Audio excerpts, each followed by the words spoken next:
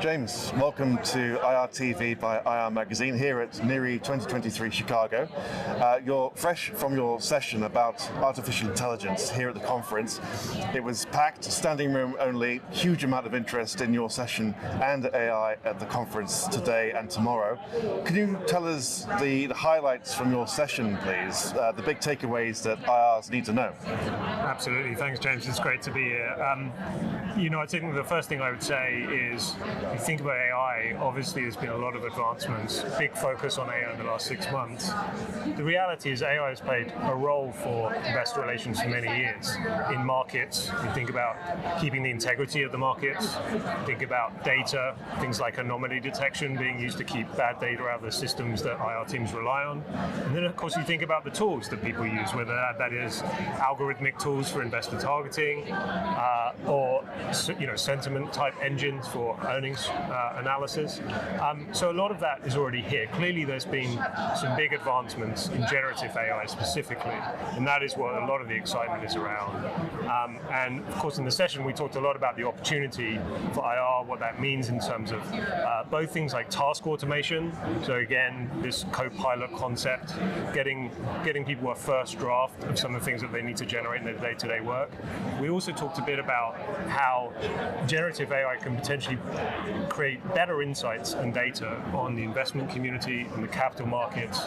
Ability to summarize market events, for example, has real application for IR teams and also to helping keep executive teams well informed of capital markets events. I mean, that's really interesting and a lot to unpack there. I suppose from the IR perspective, they've been given this tool out of thin air, and whether they want it or not, it's here. How can they practically use it, and where to begin? Yeah. So obviously, I think the tools themselves will mature over time and develop, and will better fit the IR use cases specifically. One of the challenges for our teams trying to use more of the well-known generative AI tools is that they have a very wide but shallow range rather than a narrow and deep focus. So I think something that's important for our teams to think about as they look at these kinds of tools for their uses is, what is the training data here? What data is going into the model? Is that relevant, high-quality capital markets information? Another question to ask is, how is this model fine-tuned? Was it by subject matter experts? And of course, beyond that, there are two other things that are really important. One is design of the user experience. These are workflows, ultimately. So those need to be well designed. And of course, there have to be controls in place for things like intellectual property, etc. So all of these things are worth, there are some hazards today for IR teams using tools. And do you think AI poses risks to the IR function in the long term? So when anything is this transformational, I think both for our personal lives and our professional lives, comes with some element of risk. But overall, I would encourage our people to think of this as an enormous opportunity to elevate the IR role, to remove some of the manual tasks involved, to get better data on the investment community and on their competitors, and crucially to spend more time on strategy, on executive alignment, on relationship building with the investors. That's very interesting indeed.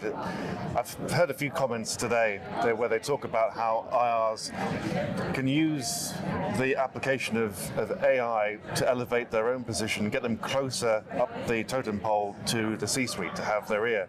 There was an interesting parallel between cybersecurity and marketing, and how much a particular company would allocate to cybersecurity or marketing. And here's an opportunity for IROs to say, well, look, I've got this AI chatbot under my purview, need some cash to help me out. out. Need some more team members to help me out with deal with this thing. So there is that factor as well. Is that something that's crossed your mind? Are you getting the sense of a benefit there for IROs to leverage with AI? Yeah, absolutely. I think there's at the same time as we're getting better tools for automation, there is also exponential growth in data out there on the company side, on the investor side. There's more to understand, more to analyze. So the automation has to grow, but also it can be a very powerful tool, I think, to demonstrate the strategic value of IR within a company. Fantastic. All to be revealed. Very early days. Before we close, are there any other points that you'd like to make about AI and IR?